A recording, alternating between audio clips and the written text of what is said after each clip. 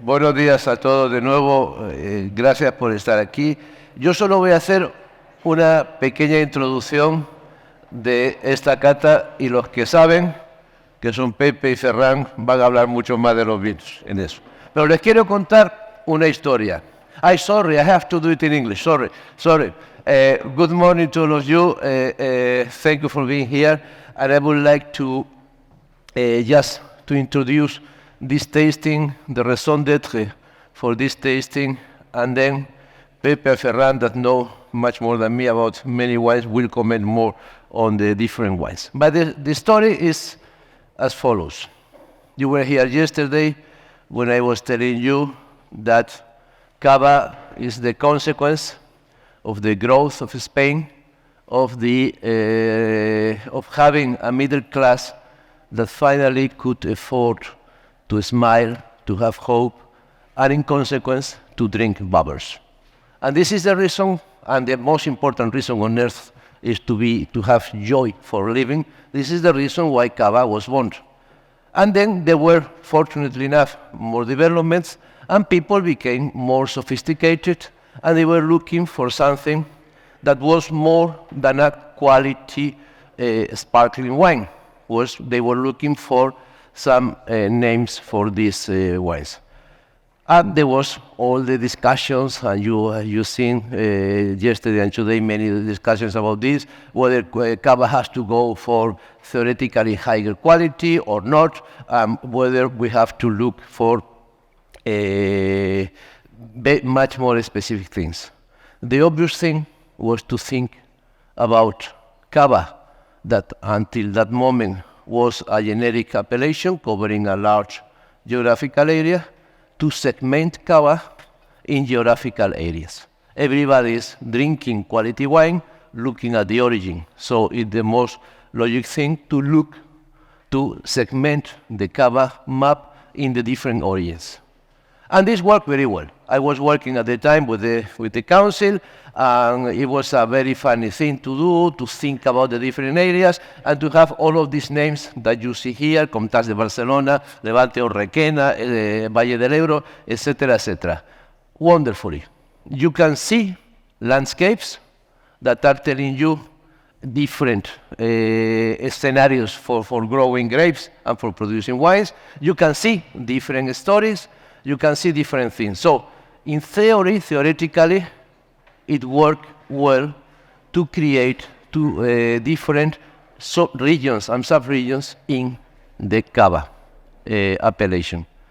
The problem was, all of this is very nice if and only if the consumer is able to spot the difference when tasting the wine.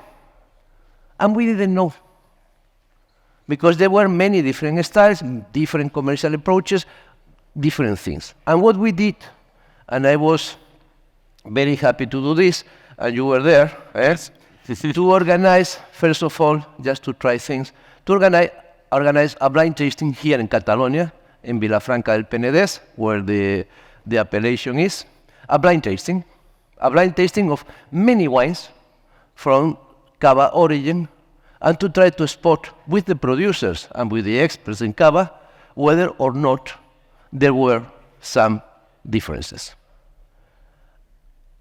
And this blind tasting, the results were, I think that for all of us, quite positively surprising. Because yes, there were. Some areas you see an organoleptic profile, we saw, an organoleptic profile that matched a certain definition of the area. Some areas, not all the areas. I want to be clear here, and you are not going to taste wines from all areas. In all other areas of cava, there is some work to be done in order to find a certain identity. So I was very happy. The producers, they can spot the wines. We can create an association, organoleptic qualities with origin. That's a first step. Was very good. I went back to Madrid, and I was thinking.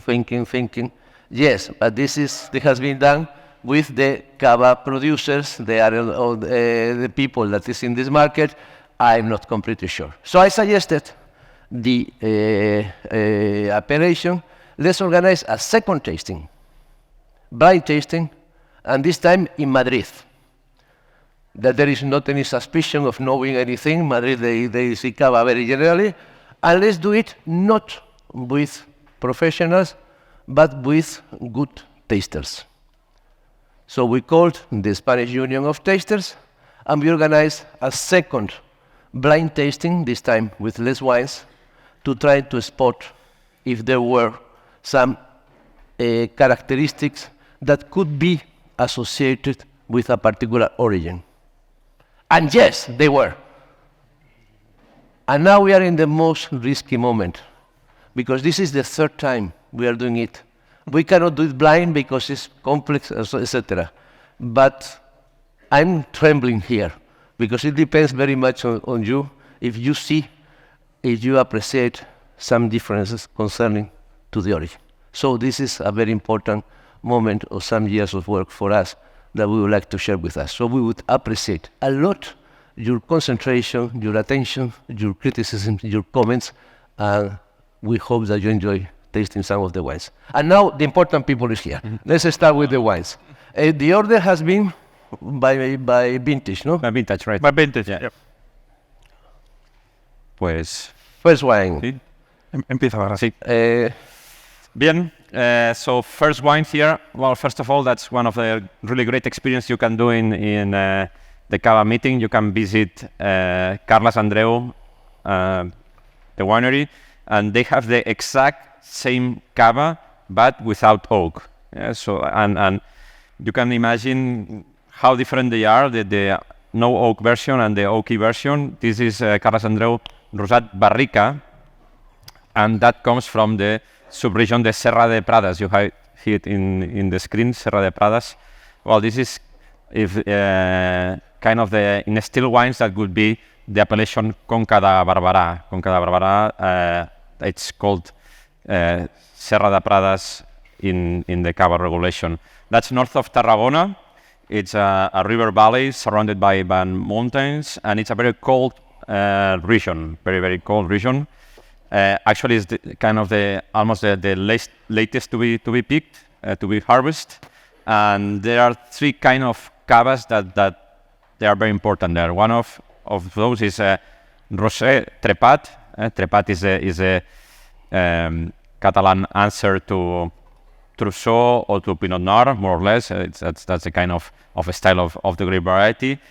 There are also lots of parelladas. We'll be tasting later a top wine from parellada. Parellada is a grape that sometimes it has not the image than compared to Xarel·lo or the prestige compared to Xarel·lo or Macabeo, but we'll have a tasting on a very top parellada based wine, and also Pinot Noir. That's more or less Serra de Pradas, Trepat, parelladas and Pinots. But we have brought to you this beautiful Carles Andreu Rosat Barrica 2021. It's incredible how this is just four months of oak, just very short maceration in the press. So there is a very short 4 hours maceration in the press just to extract color. Bernat, correct me if I'm wrong. There is a micro here, so you are very welcome to do so. And it's amazing that I'm not saying that an oak Trepat is bad at all. No, it's a lovely wine, but it's amazing how this touch of oak adds extra layers of pleasure and complexity to this wine. Carles Andreu, it's a very special company wine for sommelier here in Barcelona. They were the first to bet on Trepat, not just for cava, but also to bet for Trepat for red wine, still red wine. And it's one of the most prestigious Trepats that you can find today, but we're focusing on cava. And they are one of the many wineries that have shut my mouth, because I used to say that I didn't believe that Trepat was capable of producing good wines. And they shut my mouth up, and I think that now Trepat is a very high quality grape variety. And it's only there, in this area. It's so difficult to cultivate elsewhere. That's it. It's only there. There is work to be done here. But there is a clear identity, a variety, a landscape, and a certain type of wines. And its freshness, delicacy, and creaminess, so it has a style. So we can say that that really Trepat has a representative style of the grape, and well, that's a lovely wine. Well, it's impressive. Trepat always with a low maceration, really short extraction in the press, and in the palate it's awesome. It's salty, and it's a jewel of variety to produce rosé cavas always. Absolutely, and it's something unique. You will try another rosé. You will see there are some cava with Pinot Noir, but the cava from Serra de Prades with Trepat is something very exclusive. Now we need more wineries making it. This is maybe the thing. I don't know if the people of Carles André will be happy, but No, Trepat it's trendy. It's a variety that we really feel proud of it. We really like, recommend, and it's very gastronomic in terms that it produces always light style of wines. And Bernat, you should doing this Trepat as you do, but in the same way, because these guys, for the still red wine, they're still doing in the classical way, so charge of oak, but still keeping the delicacy. So keep the style as it is. Yeah. So now we have one area, Serra de Prades, with this identity, and we go to. Let's go to Pago de Tarsis, Millésime Brut Rosé, 2019. Pago de Tarsis, it's a winery located in Requena. One of the founders was one of the very first pioneers that they started the cava adventure in Valencia, Vicente Garcia. And here we have his Grenache. Grenache in the past, before Phylloxera, was the main variety in the area of Requena. After Phylloxera bobal started to Take over. To take over Grenache. Even more, this Grenache remained in really small plots in the midday area towards Los Pedrones, which is really interesting. And they started to produce this awesome Grenache cava. The altitude where are those vineyards is around 800 meters above sea level, which is really important to keep the freshness in the product and for sure in the palate and the mouth feeling. It's 2019. It develops perfectly with the aging, and it represents how fine could be Grenache in high altitudes and how good it is to produce top quality cava wines. Yeah. And this is one wine that is demonstrating now again how wrong sometimes we are, the people who speak about wine, when we try to have general rules. With age, I'm learning that there are less and less general rules. And one is that Grenache has always been a difficult grape variety for sparkling wines, because there is a certain mismatch between the fruit maturity, the acidity, and most of all, this is the most important problem, the alcoholic degree. And it's been always difficult. And this is one of the sparkling Grenache that is getting more. With a beautiful balance. They have really low crops, and even their old vines. And it's awesome how works Grenache in high altitude. And for sure, they direct press, full bunches, and to keep this acidity and low pH, which is really important for the aging. Don't forget it's 2019. Absolutely. Beautiful wine, a bit much texture here compared to the Trepat. And all this Levante area, you should also know that there are top Chardonnays being produced, the classical grape also Macabeo, but some very top Chardonnays and very top Pinot Noirs. But of course, we have tasted like 2 Garnachas in during those days, and they have been quite good. So Garnacha seems like a very like a potential grape with a lovely texture and a bit more richness compared to. And let me tell you a real story about Levante or Reque. Why there is cava in Levante? Because at one time, bubbles were popular and were good business.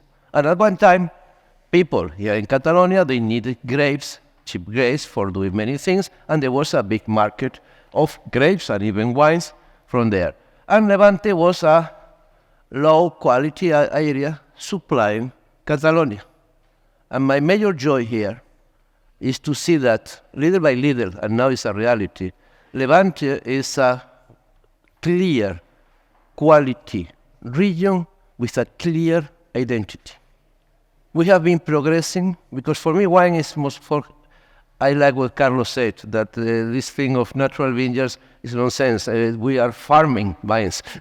And the human factor of wine is invented for people and made by people, and this is the most glorious thing about wine, no?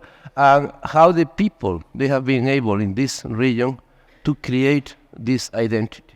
Now you find a good proportion of high quality, high price cava wines in Levante. And it's an area that is, I think, in blind tastings, is quite obvious, this identity, with these two. And for sure, the altitude, it's really important, because as you know, as higher is the altitude, higher is the range between day and night during maturity. Yep. So what happens is at the end, the skin is thicker, and at the end we get more tannins and more polyphenols. So we have it in the wine, we have it in the mouth, and for sure, we can taste it. Yeah. And it's funny because as all the human things, we commit errors. And Levante became very important cultivating Macabeo. Wow. And they found a very important niche with Garnacha and with Chardonnay. Well, they are awesome Macabeos as well, but the thing is the top quality wines that we are producing in the area, it's used Grenache mainly for the rosés, for sure. There's some Pinot Noirs from other winery as well, but they don't have, I think, the same character. Yeah. And again, like with the Trepat, it's our variety. It's from ancient times, from old times. We don't need to plant always varieties from outside. So we are doing these beautiful wines using our local grapes. Okay, so we have a cava area with a clear identity. We have more? Excellent. Yeah. Keep going. And of course, we're just talking about those cavas that they have the zone or the subzone. There are many cavas that they don't have any region attached, and you can still not see these names, Balsano Foix, Serras de Pradas, Conca de Gallà, still on many labels. That's something that hopefully will come, because if they are not in the labels, it's very difficult just for people to understand. And taking profit, there are many cava producers. I really think that's something you need to bet on adding those zones, those subzones on the labels, because if we don't work as a whole group, that at the end will not have any sense. So zonification is there, but it's there and needs to be used if we want to give it like a sense. And then now we move to Balsano Foix. Well, this is an historical part of the Cava region. It's kind of a valley between two mountain ranges, Massís del Garraf and the Serralada Prelitoral. And actually, it's more or less it's from Montserrat. You all know this mountain to the sea, and it's a region dedicated to Xarel·lo, to Parelladas, and to Macabeus, kind of the historical area. Next one we are testing is Jubei Camps Reserva de la Familia, and it's not Jubei Camps Reserva de la Familia, because this is actually Jubei Camps Gran Reserva. But that's something, Meritxell, we need to talk about it. This Yeah, because they don't want to change the name because it's so historical name. Yeah, and but actually it's a Gran Reserva, so it's written Reserva, but it's very long aging. A beautiful historical wine. If Cuvée comes, it's all about delicacy, being not aggressive at all. It's always about balance. Yeah, and well, we have this many Cuvée comes through those days. I'm sure you already know and recognize the style of the Maison, of the Sayé. For sure, 2018 was a really fresh vintage, really humid. There was mildew problems. But in fact, it being so wet and fresh, we can find this freshness in the wine regarding to the vintage. For sure, it's a classic, beautiful aging notes. Always, I love always in Cuvée comes the acidity, really well balanced, not aggressive at all. So you can drink it in every moment. So it's beautiful. It's a classic. It's the first premium cava I've tasted when I was a kid. So it was at home. So it reminds old times, and it's beautiful. Yeah. I love it. And in terms of identity of the landscape of the area, this Vals d'Anoia Foix is the only legal way of speaking about Penedès. As I'm not legal and I live in Brussels, I can say whatever, but just to understand ourselves. And this is one of the Penedès is most of the production of cava, so we have to understand that there are also more varieties. But this definition of the wine, for me, is a benchmark. You have the wines in Penedès, you always will find a very high proportion of Xarel·lo, a variety unique to this area. Xarel·lo is going to give this linear, this straight aromas, and very nice, we say in Spanish, afilado, this very tense expression. But the key point is, cava is not a high acidity wine. Because of that, cava can afford to be bone dry, 0 sugar, 1.5 grams. That is the thing that you cannot reduce. And this is the definition. Wines that are, this is the first thing. The second thing, good cava, unfortunately, cannot be young. Good cava needs aging, needs working on this terroir of the winery, needs this slow development, slow contrast. The cava grapes are not by the nature aromatic, they need a lot of time for this. So the key elements of this is going to be bone dry wines with a very linear, clear expression and with an extended aging. And this is going to be a definition. With this presence of Xarel·lo, Parellada is going to be a very different expression.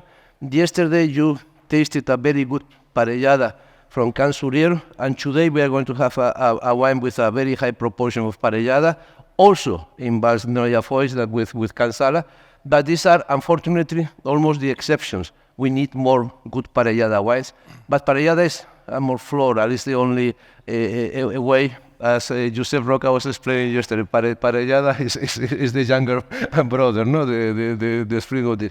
But this is for me a benchmark for Xarel·lo-based Penedès wines or Vals d'Anoia Foix wines. And always betting on Gran Reserva. I'm betting always long aging. I think that more and more we need to assume this. Cava is associated with time, not mastering time.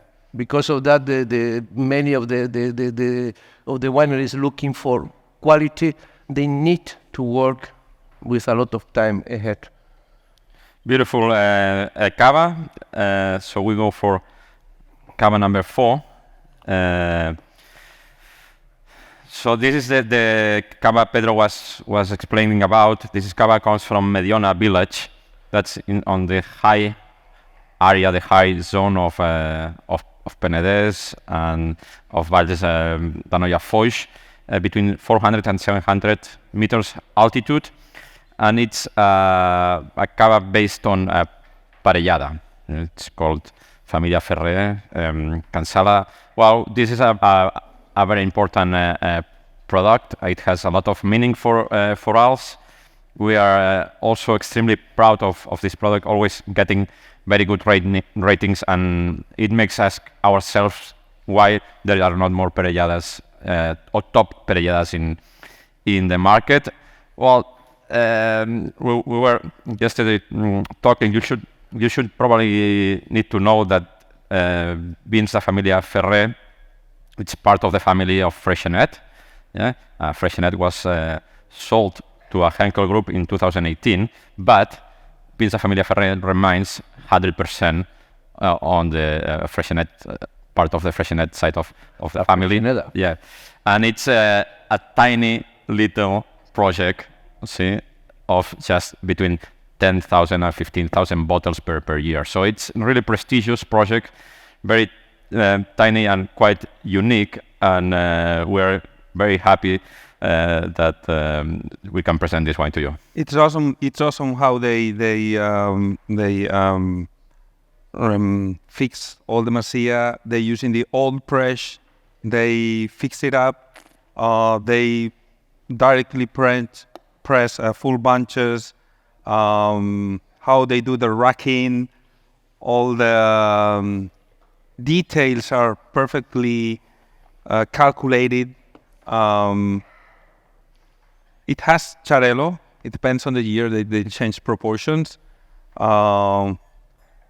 It's again proof that the love of the cava for the Ferrer family. And I mean, it's an awesome product, and it's vibrating and emotional for me because I was working in the company for a long time. Mm-hmm. So I'm glad to have it here and taste it. Very good. It's kind of the Ferrer family going back to the origins, no? Mm-hmm. Because there you went for a small, for a small production, very luxury, this wonderful champagne press, and this aging. And Jose Maria, I saw a wine that in blind tastings I got it wrong often, because I tend to think that there is oak in this wine, and there is no oak. And Jose Maria explained to me, but the leaves are so open, and the aging is so clearly that one tends to think, because of association, that there is a oak on this. Or there is no should oak. be the oldest press in Spain, probably. It's always smoke, kind of a smoky, character to its beautiful wine. Talking in the past of this cava with Josep Bujan, which was in the past a winemaker, he told me that it's because of the parellada as well. During the aging, the long aging, is sometimes these notes, and that's why it's so special. Mm-hmm. He was very, very particular on this. I was there in the last months of that Josep Bujan was active there, and it was a very emotional visit. Very, very nice, a very nice project. Congratulations. Very good. And this is at La Freixeneda. That I learned that Freixenet is called Freixenet because the family was at La Freixeneda. Excellent. So keep going. Number 5, it's Sumarroca, Núria Claverol, and this is a wine where they select. Well, basically they select the best plots. So this is a wine thought from the vineyard. And it's a disaster because, these plots, they just give us 3,000 kilos per hectare, which is almost nothing compared to other sparkling wine regions. So yields, they remain extremely low for Núria Claverol Homenage Charello 15. It's also a brut, but it's not a brut because it just has 4 grams per liter of sugar. So it's on the very light side of brut. For me, it's elegance and complexity, and also we mentioned that previously with Carlo. These are from very old Charello clones. So these vineyards that they just yield 3,000 kilos per hectare, they were planted 70 years ago. So that's more or less. We wanted you to taste how an old vines cava should taste. Yeah. Absolutely. And it's pure Xarel·lo. Here you have the purest expression of all Xarel·lo. If you keep this in mind, you will have the profile of Xarel·lo for forever, because all the elements are here. This freshness, this length. And these sand soils, they give a beautiful character to the wine, and in the mouth feeling, I mean, it's really long. And as well, Xarel·lo express how good it is in long aging. Absolutely. Penedès, Valls d'Anoia, Foix, pure Xarel·lo. Ferran, where we go? So we go now. We change. Well, now this is Pedro, the exception of the rule, because you said that cava should not always have extremely high acidity, but here, of course, we need to change the mentality. We are in Pla de Ponent. The region for still wines is called Costes del Segre, Pla de Ponent, and actually this wine is produced in the smaller winery in Penedès. It's called Codorniu. No, I'm not joking. No, I'm not joking, because just attached to Codorniu, in the same property, there is a small, very tiny, like micro machine or pinipon, I don't know, put the words you want, called Celler Jaume, and they have all the experiences and they produce unique wines. So big companies, they can also be able to produce the best of the best. And we were talking about acidity, and this wine has 10 grams of total acidity, tartaric total acidity, which is a lot, and that's why they need to balance with a bit of sugar also. Well, it's a top wine coming from the area where Raimat dominates the industry.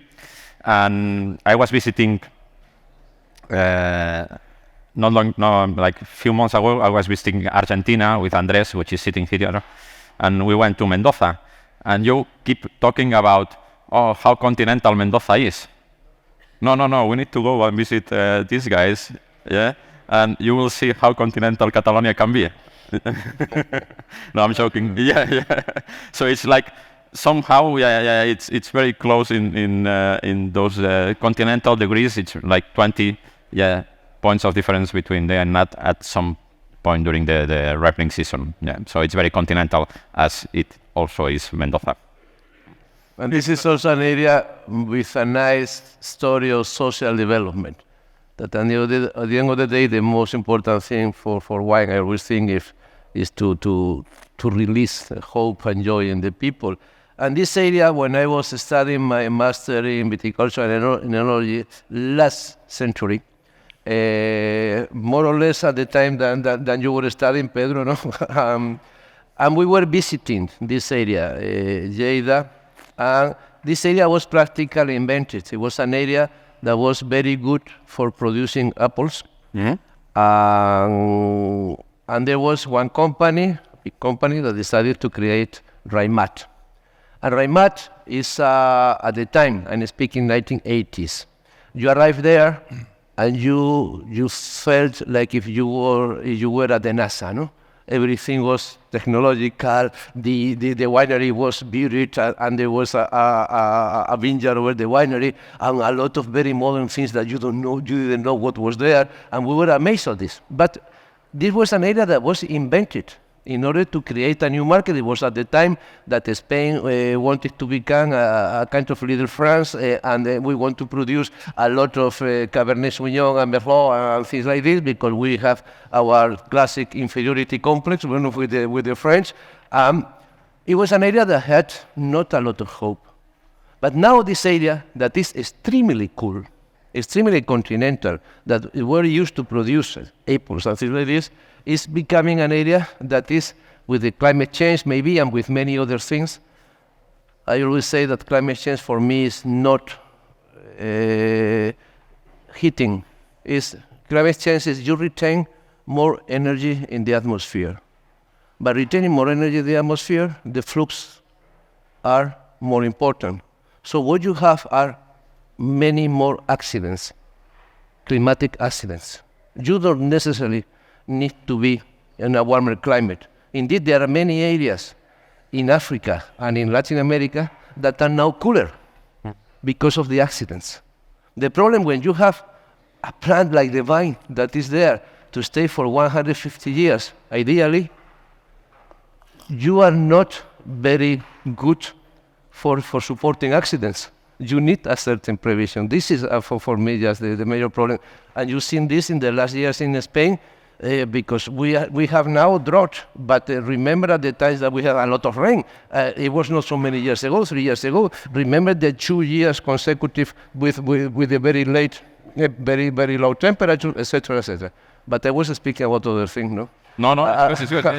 Yes, and this area, being so cool and being discovered for this, is becoming a critical area for producing good sparkling wines. It's an area in which you have so high acidity that very naturally you can have a very good base wine for high quality sparkling wines. We are in the early stages of development.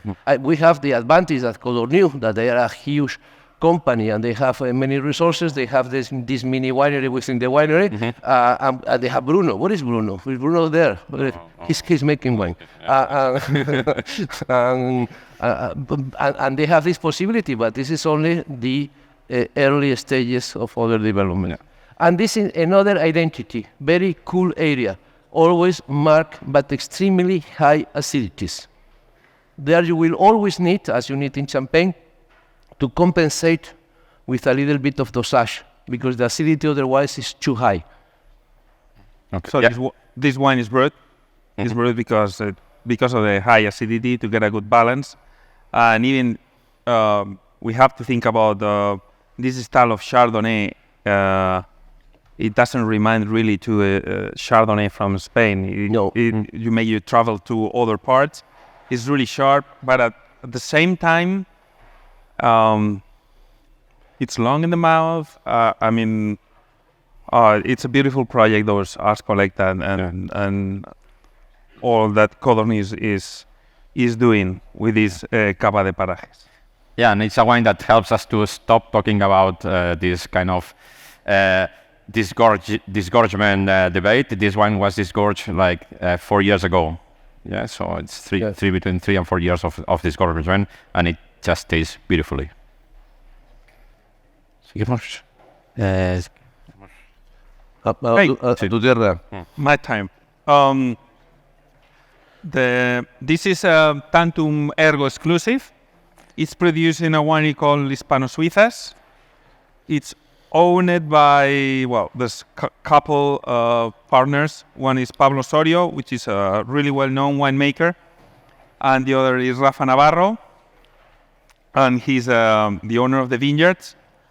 Probably the most disruptive project we have in the area. They arrive pushing hard for quality, and they are doing this type of products with a lot of awards. They really well known in the press. This one is Chardonnay and Pinot Noir. It's 55% Chardonnay, 45 Pinot Noir. How I know? Because Pablo told me. Okay. They harvest this year in September.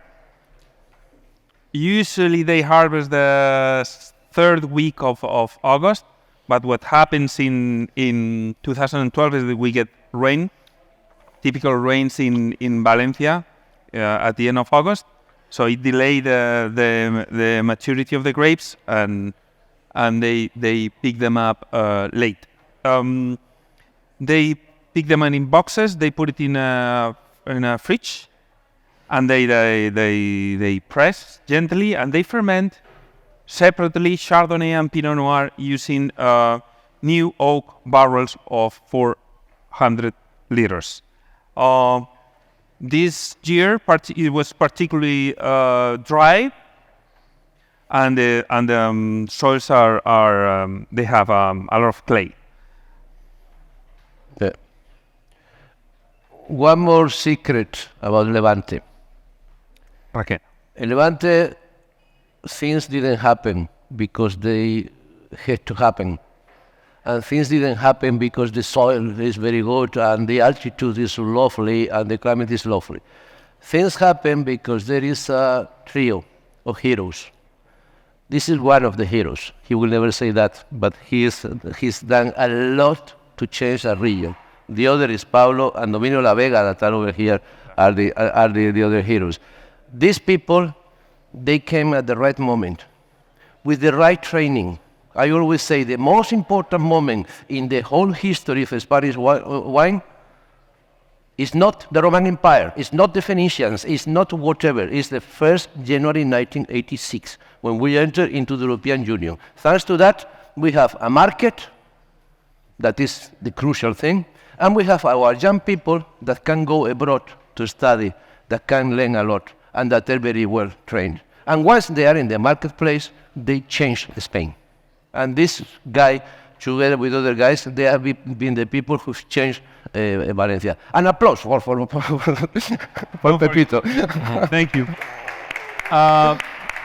Don't forget that part of the terroir is people. And I like that because we farm vines. I'm totally agree.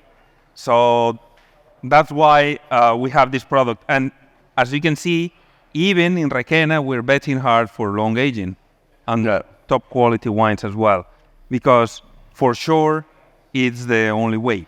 Quality, price, and prestige. And knowledge.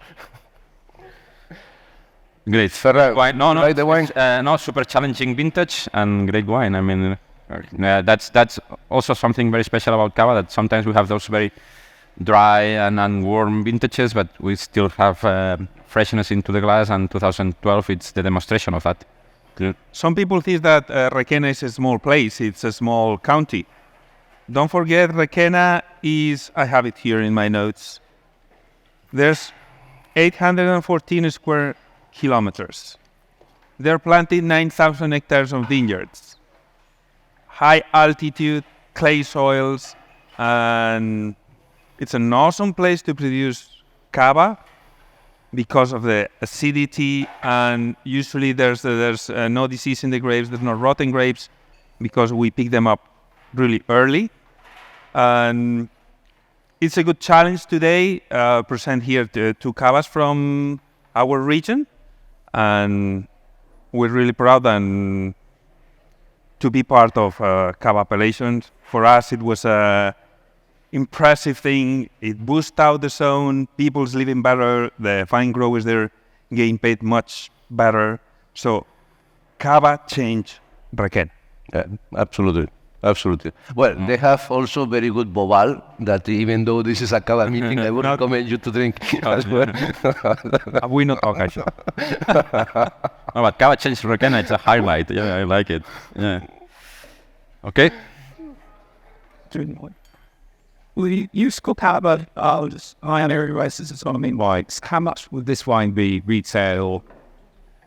And retail price. But it'd be useful to have prices, just to give an idea. 150 euros, I think this is. This is one of the most expensive, the Hispanos races.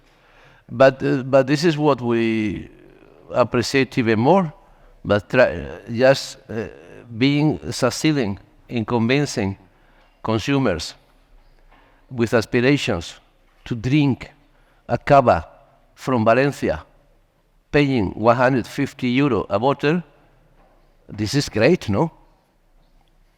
Beautiful. And leaving a lot of money for this. Then you have all the other things that are affordable. I insist, cava is, and I think will continue to be, a region, an appellation producing affordable bubbles for many million people.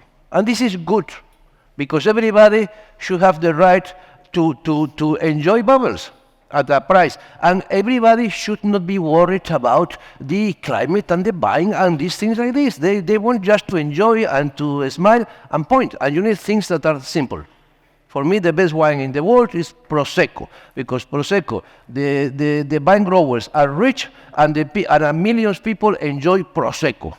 So for me, this is great. Then it's people like us that we are more complicated.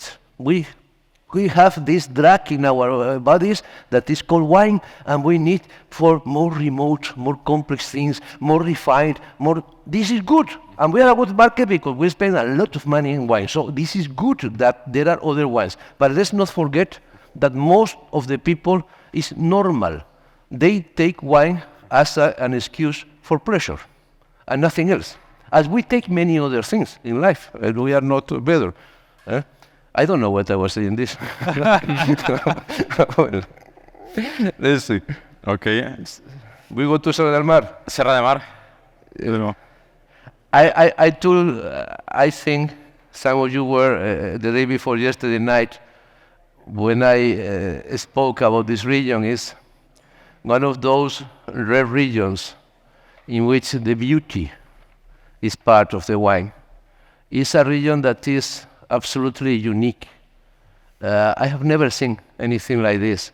You have a natural amphitheater looking over the Mediterranean.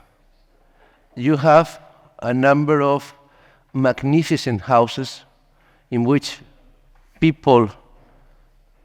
there were a bunch of people that they had not only money, but good taste. And they were adventurous in the architecture. And you have this Catalan modernist architecture there that is part of the beauty. You have the whole area is a naturally protected area. But you are walking there, and you look, and you see Barcelona. It's very close to Barcelona.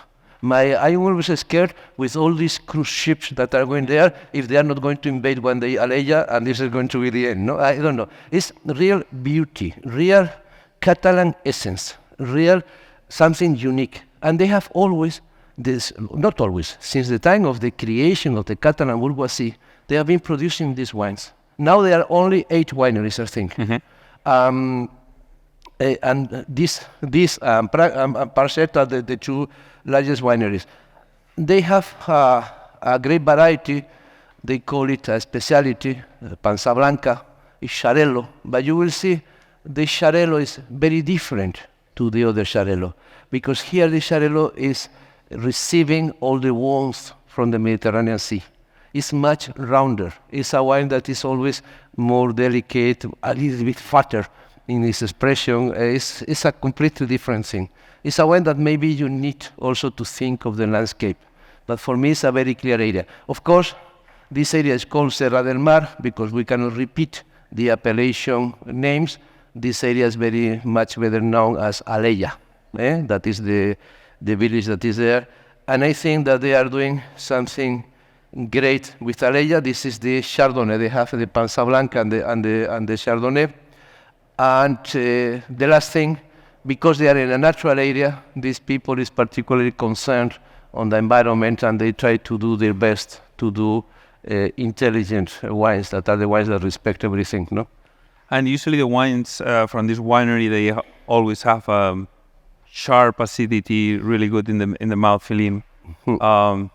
Great for food pairing, and because of the proximity to the sea. And the soil. And to speak about the soil. I don't know. I mean, I just know that Alella wines and Alella cavas, somehow they are kind of more salty than acid, the perception. Yeah. But I don't have no idea that where this saltiness come from. I don't. That's from Señor Canals to answer, or any of the scientists, or Jamie Gude, que está también por aquí. That's your thing, yeah, not mine. But yeah, you can recognize always this kind of saltiness and very deep flavors on either Pansa Blanca or Chardonnays in Alella. This is an impressive cava that I'm sure you are enjoying. It's a super well aged, still showing young flavors, young aromas, and so delicate on the palate. Yeah, they have a unique soil that is called Sauló. Yeah, Sauló is a very ugly soil to see because it's quite deep, and is absolutely the structure. There is no structure in the soil, and it's a very deep layer of decomposite granite, and then it's a very poor soil. The roots, they need to explore and to invest a lot of energy in exploring this soil. We know that with no hope because you're not going to find many things there, but they have a very good capacity to resist drought. But it's a very, very unique soil and not very much studied. There is, apart from these wines, they also produce a tiny amount of Grenache that is very particular, very salty Grenache. Same. This. Okay, now I have a confession to do for Sarah Jane and for you, Pedro. The next wine, okay? You know, we share team with many people that are seated here at the Canter World Wine Awards. So we taste blind. So this last year, we were tasting a beautiful flight of cavas. Yeah? We just know if they are Gran Reserva or Reserva, and we know the price range. Okay, so somehow there is a cava that comes to the table. It's an 07. It's a Gran Reserva, and the price range is between 20 to 30, something like that. Yeah. Wow, we taste that. I really remember the moment of tasting this cava. The cava it was amazing, as you can taste on glass number 9, and we gave it a gold. Yeah, but we don't know who are the producers. But then the results, they were there. And first thing I did, I went to the Canter magazine and I just checked if it was a gold cava on this price range, and it happens to be this wine. Yeah, so that was my confession. So that's Cava Aguilera. I don't know what Cava Aguilera is doing, but this cava should be more expensive. Yeah. That should. We need to talk later because this is a very unique. It's a jewel. It is on the market. 07. It sells for less than 30 euros retail, and it's okay. I don't want to say brands, but I will say brands. This is the Catalan Bollinger RT. If you let me know, you let me put it that way, because they produce cavas on the very top cavas, and they select the best vintage to age a bit more time, and this has always been a very top product. It's very very special, and I don't know if they know that they obtain a gold. I hope so. Yeah, but that was a very special moment last year at the Canter. Well, it's a great cava to finish. I have to say that at the beginning, this taste is going to be in Spanish. They didn't tell me, so we will talk about this later. But I think it's beautiful, the blending, traditional blending, and how is the aging? Perfect. Acidity, I mean, it's a dew as well. So it's a beautiful cava to finish our tasting. And I want to say thanks to my colleagues, and I will prepare something for you later. We were yesterday here at Aguilera, and it was my first time, because I have tasted Aguilera several times, and the first times blind, and I always like their very old cavas. And yesterday I was shocked, because at the end it's a very small winery. They said in total 40,000 bottles a year, and they have stocks of 200,000 bottles.